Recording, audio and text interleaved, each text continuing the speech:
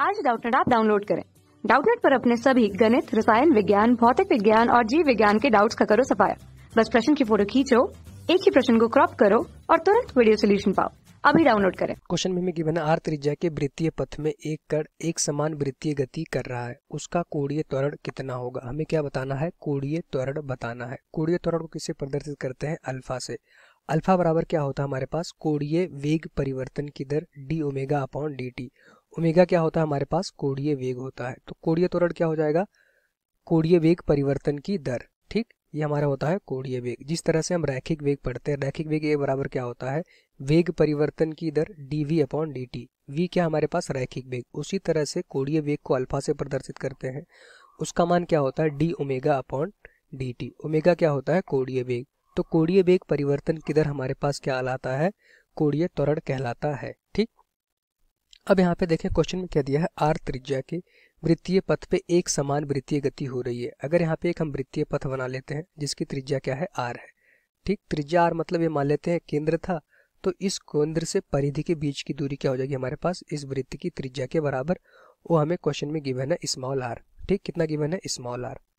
अब कोई भी कण एक समान वृत्तीय गति करेगा, मतलब कि कण की कुछ भी चाल होगी, हम मान लेते हैं कण यहाँ पे था तो उसकी चाल इस दिशा में होगी, वो हमेशा इस वृत्त के परिधि के स्पर्श होगा, वो हमेशा नियत रहेगा। नियत होने का मतलब इसकी चाल नियत होगी, ना कि वेग नियत रहेगा। कभी कण यहाँ पे पहुंचेगा तो यहाँ पे देखेंगे इसकी चाल इस दिशा में होगी। मान लेते अगर कण की चाल 10 मीटर प्रति सेकंड थी तो चाल हमेशा कण की 10 मीटर प्रति सेकंड रहने वाली है। कभी कण यहाँ पे आएगा तो उसकी जो चाल होगी हमेशा 10 मीटर प्रति सेकंड रहने वाली है, तभी हम कहेंगे वो हमारा एक समान वृत्तीय गति होगा। ठीक, अगर एक समान वृत्तीय गति बोला गया है, इसका मतलब कण का जो चाल है वो नियत रहेगा। वेग तो परिवर्ती होगा वृत्तीय गति में। क्यों? क्योंकि यहाँ पे देखेंगे वेग की लगातार दिशा परिवर्ती हो रही है, कण की दिशा लगातार बदल रही है, इस वजह से हम कहेंगे कण का वेग परिवर्ती तो होगा लेकिन उसका जो चाल है वो नियत रहेगा। चाल मतलब मान लेते हैं हम कहते हैं कण 10 मीटर प्रति सेकेंड की वेग से वृत्तीय गति कर रहा है, तो उसका जो चाल है, ये जो परिमाण बताता है वेग का, वो चाल होता है। तो चाल जो होगा वो हमेशा नियत रहेगा। यहाँ भी 10 होगा, यहाँ भी 10 होगा, किसी भी बिंदु पर देखेंगे तो चाल तो हमेशा 10 रहने वाला है, लेकिन वेग जो है, चाल की दिशा लगातार परिवर्ती हो रहा है, इस वजह से कहेंगे हमारा वेग परिवर्ती होगा।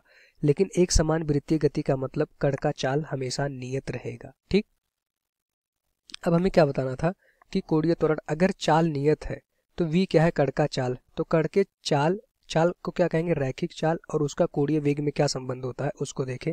v मान लेते हैं कण का वेग था किसी भी क्षण, ये हमारा होगा v बराबर r इंटू ओमेगा। अगर ओमेगा हमारा होता कोणीय वेग। ठीक, अब यहाँ पे देखते हैं, r तो त्रिज्या नियत है, अगर v नियत है, v का मान हम देख पा रहे हैं जो चाल है वो हमारा नियत है, तभी एक समान वृत्तीय गति होगी। तो ओमेगा भी हमारा नियत हो जाएगा। क्यों? क्योंकि अगर यहाँ से देखें ओमेगा का मान किसके बराबर हो जाएगा? v upon r।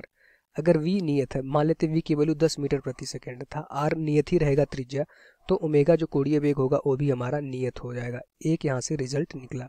अगर ओमेगा नियत है, ये ओमेगा क्या है? कोणीय वेग, ये भी हमारा नियत होगा अगर कण एक समान वृत्तीय गति करेगा तो। अगर ओमेगा नियत है, इसका मतलब ओमेगा मतलब कोणीय वेग परिवर्तन की दर हमारा शून्य हो जाएगा, क्योंकि कोणीय वेग परिवर्ती नहीं हो रहा। अगर कण का कोणीय वेग यहाँ पे ओमेगा है तो यहाँ भी ओमेगा होगा, यहाँ भी ओमेगा होगा, किसी भी क्षण देखेंगे कोणीय वेग हमेशा ओमेगा रहेगा। तो कोणीय वेग परिवर्तन नहीं हो रहा, इसका मतलब कोणीय त्वरण अल्फा का मान क्या हो जाएगा हमारे पास? D omega upon D T. अगर डी ओमेगा का मान हो गया शून्य, डी ओमेगा क्या था हमारे पास? कोणीय त्वरण की कोणीय वेग परिवर्तन। तो अगर कोणीय वेग परिवर्ती ही नहीं हो रहा तो डी ओमेगा की वैल्यू हो जाएगी 0। इसका मतलब हमारे पास कोणीय त्वरण अल्फा का मान हो जाएगा 0। ये हमारा इस क्वेश्चन का आंसर हो जाएगा। तो हमेशा याद रखिए, जब कोई भी वस्तु एक समान वृत्तीय गति कर रही है, इसका मतलब उसका जो कोणीय वेग है वो नियत है। अगर कोणीय वेग नियत है तो कोणीय वेग परिवर्तन क्या हो जाएगा? शून्य। अगर कोणीय वेग परिवर्तन मतलब डी ओमेगा शून्य हो गया, इसका मतलब कोणीय त्वरण हमारा शून्य हो जाएगा। ठीक, जैसे हम पढ़ते थे, अगर कोई सी भी वस्तु का वेग नियत है, अगर नियत है तो उसका त्वरण शून्य होता है। ठीक, इसी तरह से अगर किसी वस्तु का कोणीय वेग अगर नियत है, कोणीय वेग मतलब वस्तु हमारा वृत्तीय गति करेगी, तो उसका जो कोणीय त्वरण अल्फा होगा वो भी हमारा शून्य होगा। ये हमारा इस क्वेश्चन का आंसर हो जाएगा। Thank you. कक्षा 6 से 12वीं से लेकर नीट, IIT, JEE वो एडवांस के लेवल तक 1 करोड़ से ज्यादा छात्रों का भरोसा। आज ही डाउनलोड करें डाउटनेट ऐप या व्हाट्सएप करें अपने सारे डाउट्स 8400 400 400 पर।